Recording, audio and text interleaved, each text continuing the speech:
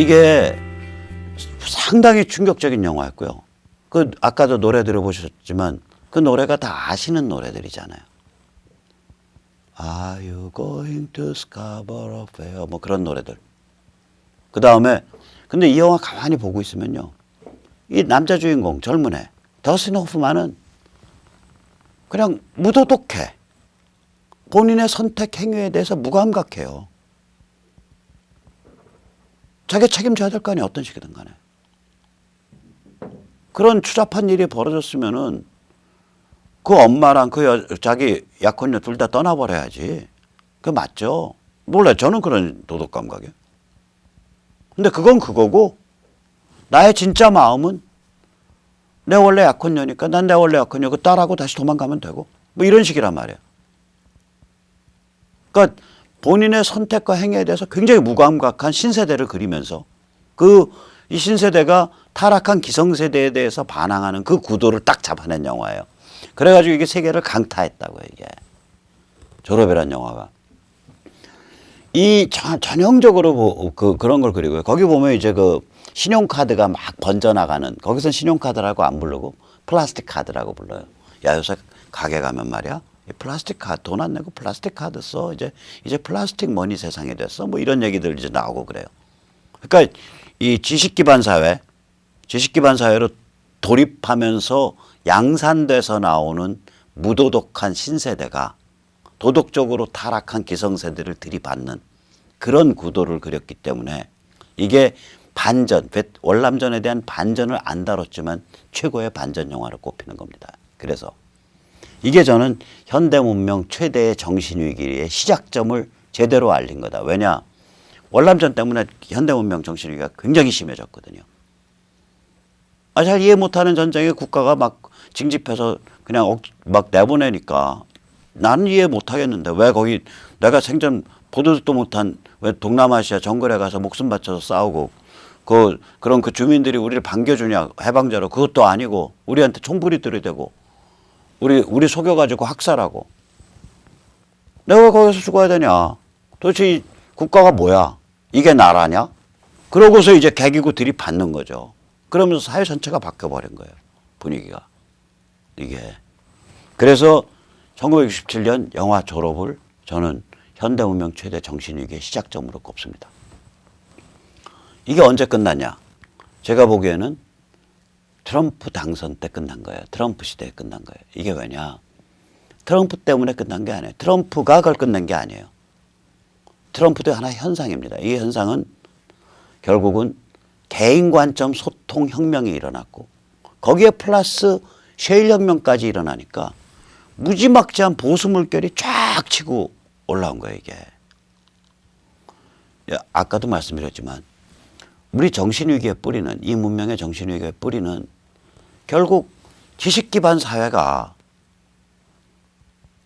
사람들을 자기 나름대로 논리적이라고 생각하는 공동체 경험이 전혀 없는, 그렇기 때문에 사실은 원자화되어 있는 이런 자의식 덩어리들을 무수히 그 비중을 높여가거든요. 지식 기반 사회가 되면.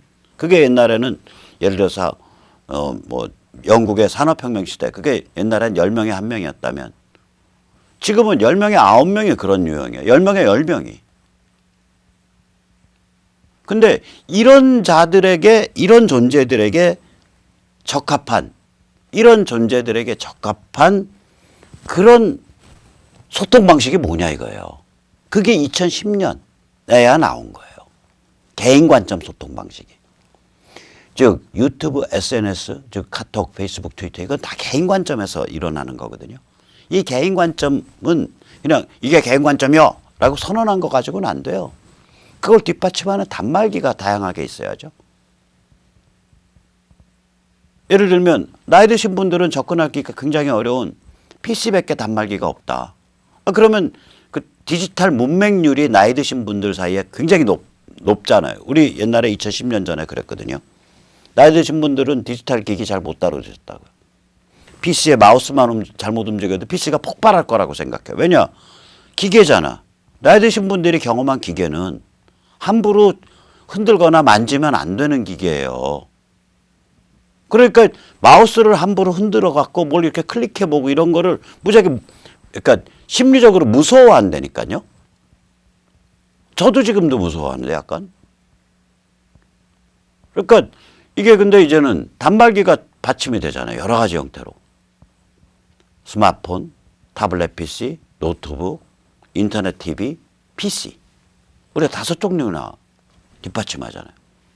그 중에 어느 걸 써서라도 인터넷도 할 수 있고 유튜브도 할 수 있고 카톡도 할 수 있고 페북도 할 수 있고 트위터도 할 수 있잖아요. 거기다가 이거가 속도가 보장이 되잖아요. 거기서 다운받는 인터넷 다운받는 속도가 거실에 걸려있는 60인치짜리 무지하게 비싼 OLED TV 화면에 딱 나올 수 있을 정도의 선명성이 나오잖아요. 뿐만 아니죠. 내가 어차피 지식 기반 사회에서 살아가는 이고인데 나는 아르메니아 사람들은 무슨 생각하고 있지? 체체는 이슬람 사회라는데 거기 여자들은 무슨 생각할까? 저희 인도 벵갈만에서 왔다 갔다 하는 저기 어부 아저씨는 무슨 생각하지? 그 소말리아 해적은 무슨 생각할까? 내가 뒤지면은 다 소통돼요. 페이스북에서 뒤지고 그러면요. 그리고 인터넷 전화하면 받죠. 카톡 전화 말고 카톡은 우리밖에 안 깔으니까 많이 쓰는 전화기들 있잖아요. 저기 뭐죠? S자 들어가는 것도 까먹었다. 왜 이렇게 그런 거 아니면 왓츠앱 아니면 저기 텔레그램 이런 전화기로 하면 그거 다 들어간단 말이죠. 그러니까 그리고 이게 이제 2010년 이후에 본격화된 거예요. 관점을 개인 관점 소통이라는 철학에서 나오는 서비스, 유튜브, SNS. 그 다음에 그런 개인 관점 소통을 극대화시켜주는 단말. 그 다음에 개인 관점 소통을 굉장히 고속으로 고품질로 뒷받침해주는 저가의 고속통신. 그리고 그런 개인 관점 소통으로 전 세계 어떤 사람이든지 어디 있는 사람이든지 엮일 수 있는 그런 인간과 인간의 잠재적 네트워크. 이게 다 2010년 이후잖아요. 그러니까 비로소 지금에야 현대 문명이 꿈틀꿈틀 게 르네상스 한 700년 전부터인데 그거 꿈틀꿈틀대면서 계속해서 100명에 1명이 이런 종류의 무도덕한 이고였었어요. 그러다가 한 50년 지나니까 이제 100명에 3명 꼴 비중으로 나왔어. 그러다가 이제 한 몇백 년 지나가지고 산업혁명쯤 되니까 100명에 10명이 이런 형태야. 그다음 프랑스 혁명 되고 막 세상 뒤집히는 19세기쯤 되니까 100명에 20명 정도가 이런 유형이야. 20세기 초에 세계제 1차 세계대전 벌어져 가지고 우리가 왜 세계대전에서 서로 잡아 죽였냐고 확 사람들이 그 깊은 회의와 절망에 빠졌으니까 100명에 한 40명이 이런 형태였었어요. 그래서 그 100명에 한 40명쯤 되니까 그거 가지고 러시아 혁명도 일어난 거고 그거 가지고 그 무도덕한 이고들 그러나 스스로는 논리적으로 생각한다는 사람들 이거 가지고 나치도 나온 거고 그런 거예요. 이 현대문명이 만들어낸 이런 인간 유형을 가지고 그러다가 이게 지식 기반 사회로 퍽 진입하면서 미국 기준 1960년대부터 이게 막 100명에 50명, 100명에 60명, 100명에 70명, 100명에 80명, 100명에 90명 해서 다 그런 유형의 인간으로 이제 줄줄이 이제 나오는 거예요, 이게. 그런데 1994년 인터넷 될 때까지는 역시 매스미디어밖에 없어요. 그리고 월남전은 진행했고. 그러니까 미국이 전체 사회 분위기가 망가지는 거예요. 이게 아까 졸업영화 나올 때부터 1967년부터 트럼프 당선 때까지 50년 동안 미국과 유럽의 사회 분위기가 완전히 무도덕, 해체, 그 다음에 정치 위선, 그러니까 political correctness, PC 이걸로 망가져 버리는 거예요, 이게. 그래서 그런 거예요, 이게. 그럼 인터넷 1994년에 나온 다음에 그럼 바로 편냐? 아니요. 인터넷은 나왔지만 인터넷을 가지고 개인 관점 소통은 아직 못할 때요. 오히려 그 인터넷에서 보니까 미국은 덜했어요. 미국은 게시판 문화의 폐해가 덜했는데 대한민국 같으면 이게 전부 전빨들이 지배하는 공간이야. 우르르 때로 몰려다니면서 완전히 넷 폭도예요. 인터넷 폭도. 못할 짓이 없어요. 그러니까 없는 광우병도 있다고 주장하고 저게 미국산 소고기 먹으면 뇌구멍 송송탁이라 그러고. 그러니까 아무것도 아닌 저게 뭐하고, 그러니까 무슨 얘기냐면, 물론 비극적인 일이지만, 동맹 관계에서 보면은 동맹을 깰 만한 사안이나 동맹에 대해서 의문을 제기할 만한 사안이 아니란 뜻입니다. 효순미선 교통사고 같은 거 가지고 미국 양키놈들 살인자 개새끼들 쫓아내라 이런 소리 나오는 거 아니에요. 이게 인터넷 폭도들이거든, 일종의. 인터넷 폭도 문화라고요. 영어로도 그 용어가 있어요. 넷 맙. 맙이 폭도고 넷이 인터넷 아닙니까? 그런데 이러다가 2010년경부터 개인관점 소통혁명이 일어났고 미국 같으면 2016년에 셰일 혁명이 완성이 돼요. 그러니까 퍽 하고 그냥 한 그 보수 물결이 튀어나온 거예요. 트럼프가 그렇게 해서 만들어진 인간입니다. 그러면 이 보수 물결은 뭐를 의미하냐? 700년 묵은 현대 문명의 고질병, 정신위기. 즉 다시 말하자면 시장 속에서 원자화돼서 살아가는 이고가 네트워킹 될 수 있냐라는 위기. 이거를 해결을 하는 거예요. 그래서 지금 우리가 굉장히 커다란, 제가 보기 무지하게 커다란 변화를 목도하고 있습니다. 이게. 그래서 예를 들어 미국 보수 물결이요. 무지무지 세질 거예요, 이거. 무지무지 세질 거예요. 자, 그래서 우리가 이제 한국의 불운 혹은 행운을 좀 생각을 해봐야죠. 한국의 지식층이 어디 있었어요, 옛날에? 제대로 된 게. 그러니까 이제 그래도 학벌을 좀 제대로 갖춘 지식층이 좀 양산되기 시작한 게, 그래도, 이제 제대로 된 학벌이요. 그냥 막 찍어준 학벌 말고. 그게 이제 1960년대 우리가 좀 경제 개발하면서부터 양산됐단 말이에요. 근데 그때 미국은 어떤 상태냐? 현대 문명 최대의 정신위기로 빠지기 시작한 때예요. 그때부터 현대문명은 정신위기로 완전히 꼬라박히고 있는데 그때부터 거기서부터 정신을 배우겠다고 우리 사회 지식층이 양산됐으니 우리 사회 신흥 지식층이 뭘 배웠겠냐고요. 현대문명을 만들어냈던 이 정도의 위대한 문명을 만들어내려면 그 배경에 깔려있던 게 있잖아요. 아주 위로 올라가면 결국 유대 기독교 전통, 그 다음에 그리스 헬레니즘 전통이거든요. 좀 더 내려오면 영국의 보수주의, 그 다음에 영국의 건강 리버럴, 클래식 리버럴리즘, 그리고 미국의 보수주의, 미국의 클래식 리버럴리즘, 건강 보수주의, 건강 리버럴. 이게 그런 뿌리는 못 배우는 거예요. 그러면 현대 문명이 이미 그거 다 지나고 이제는 막 그냥 아까 졸업과 같이 지 장모랑 붙어 먹고 뻔뻔하게 그 딸년이랑 도망가는 애가 굉장히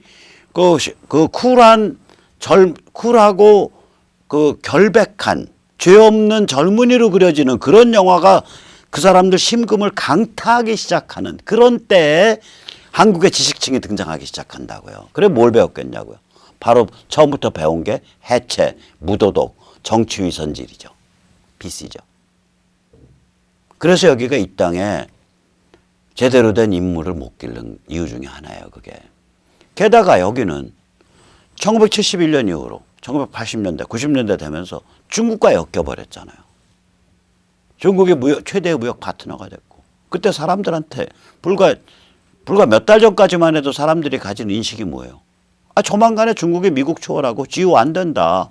미국 보니까 아무것도 없네. 저거 속빈 강정이고, 저 멍청한 코쟁이들이고. 트럼프 용어로 빌면 그 세계에서 제일 똥멍청이 같은 개땡땡들, 그리고 결국 앞으로 중국의 시대가 온다. 그런 친중 사대주의가 한국을 지배해 왔잖아요. 불과 몇 달 전까지. 지금도 지배하고 있죠.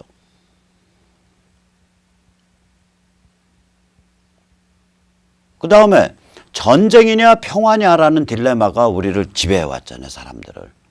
전쟁이냐 평화냐라는 건 가짜 딜레마예요. 진짜 딜레마는 뭐냐면 이건 진정성의 딜레마가 도덕이냐 외면이냐라고. 북한 김일성 영생교에 대해서 도덕적 판단을 내리면 전쟁하자 이렇게 결론 나온다고요. 혹은 저거 무슨 수를 써서라도 깨부수자 이런 결론이 나오네요. 그 다음에 그러나 저 김일성 영생교가 사람을 몇백만을 잡아 죽였단 말든 외면하고 살자. 그러면 평화스러워져요. 그러니까 전쟁이나 평화라는 게 어떤 면에서는 진실을 담고 있는 딜레마예요. 이런 상태가 되니까 여기가 지식층이 제대로 자라나올 수가 없죠. 지식층이 제대로 못 자라나오니까 정치인도 제대로 된 정치인이 드물죠. 정치인 후보도 제대로 된 정치인 후보가 드물어요. 그래서 지금 우리가 부닥쳐 있는 문제가 특정 정당, 특정 정치인의 특정 유형의 문제인 것만은 아니에요. 그 문제의 뿌리가 훨씬 더 넓고 훨씬 더 깊습니다. 자, 그런데 우리한테 또 행운도 있죠. 이 현대 문명이 아까 말씀드린 그런 위대한 보수 물결 속에서 이제 정신의 위기를 극복했다고요. 다시 말하면 존재양식, 우리의 존재양식은 뭐냐? 지식경제 사회에서 굉장히 무도덕해지기 쉬운 개인으로 만들어져 가는 게 우리 존재양식이거든요. 그럼 그런 개인이 오케이 그 길밖에 없다면 그런 개인이 그럼 전 세계에 걸쳐서 비슷비슷하니까 전부 소통할 수 있네. 근데 소통 방식이 없었잖아요. 그러니까 존재 양식이 그러면 그 존재 양식을 극복할 수 있는 존재 양식을 딱 담아낼 수 있는 소통 양식이 있어야 돼. 소통 방식이 있어야 되는데 존재 양식은 그런 식으로 사람을 시장 속에서 살아가는 무도덕한 개인으로 규정하는 그런 존재 양식인데 그런 사람들이 뭔가 그래도 엮이면서 서로 보고 배우려면 개인 소통을 해야 될 거 아니에요. 개인 관점 소통. 개인 관점 소통은 2010년까지 없었단 말이에요. 이게 이제 최종적으로 극복된 거예요. 따라서 뒤늦갱의 저주, 아까 말씀드렸듯이 분업이 고도화되면 소통이 끊겨서 사람들이 무도덕해지는 경향이 있다라는 뒤늦갱의 저주가 이제 극복된 겁니다. 이제야. 그러니까 트럼프라는 한 개인이 문제가 아니라 이런 현대 문명과 인간의 존재 양식과 인간의 심리와 이런 게 이제 챕터가 바뀐 거예요, 이제. 이 챕터 바뀜이 지정학적으로 정치적으로 드러나는 게 뭐냐? 미국이 중국을 제압하고 북한을 접수하는 프로젝트에 들어간 거라고요, 이게. 이런 지정학적, 정치적, 군사적 변화가 이런 분업과 소통과 문명에 관한 화두랑 맞물린 거예요, 이게. 이 두 개가 맞물려 있는 게 한반도를 중심으로 해서 펼쳐지고 있다는 게 이 위대한 수수께끼가 우리 눈앞에서 펼쳐지고 있다는 게 엄청난 축복이잖아요. 그거 자체가 축복 아니에요. 자, 이런 상황에서 우리 지금 지식층 정치인에게 가장 근본적인 세계의 하지 말아야 될 것, 할 것에 대한 도리를 잠깐 얘기하겠습니다. 어저께 집회 때 목이 처절하게 외친 거예요. 첫째, 헌법농단 하지 마세요. 지금 헌법 고칠 때 아닙니다. 둘째, 지금 뭐 선거법 이렇게 고치자 저렇게 고치자 해서 뭐 한국당 뭐 무슨 당에서 다들 지금 뭐 논의 진행 중인데 그 당장 때려치고 장기 농성을 해서라도 선거법 농단을 막으세요. 셋째, 뭐 이거 여러 번 제가 말했지만 이렇게 큰 판이 전쟁되고 있으니까 북한이 계속 영속된다라는 걸 전제로 하는 또 문재인 임종석과 같은 자들에게 하실에도 핵무기가 들어갈 수 있다는 걸 전제로 하는 또한 북에서 100만 죽는 것과 한국 남쪽에서 100만 죽는 게 같은 체제상의 문제를 일으킬 수 있다. 천만에 안 일으키죠. 북에서 100만 죽어도 거기서 김일성 영생교 그 집단만 안 죽으면 상관이 없고요. 남에서는 100만 아니라 단 50명만 죽어도 나라가 흔들거리는 수가 있어요. 그러니까 자체 핵무장은 이건 헛소리라고요. 자체 핵무장 헛소리 이거를 중단을 해야 됩니다. 막아야 됩니다. 그게 지식층과 정치인이 안 해야 될 세 가지입니다. 해야 될 세 가지는 뭐냐? 탄핵부터 본격화된 인격살인과 인민재판에 대해서 자성하고 비판해야 됩니다. 둘째, 미국이 지금 중국을 제압해 가고 있다는 진실을 널리 알려야 됩니다. 셋째, 북한 해방이 임박해 있다는 진실을 널리 알려야 됩니다. 이렇게 세 가지 하지 마시고 세 가지 열심히 하다 보면 앞에 제가 굉장히 철학적이고 심오한 얘기 했지만 결국 다 판이 그렇게 흘러가는 그런 이치가 있기 때문에 다들 그래도 큰 물에서 함께 갈 만한 사람들로 만날 수 있을 거라고 생각을 합니다. 그럼 오늘 여기까지 모십니다. 예, 감사합니다.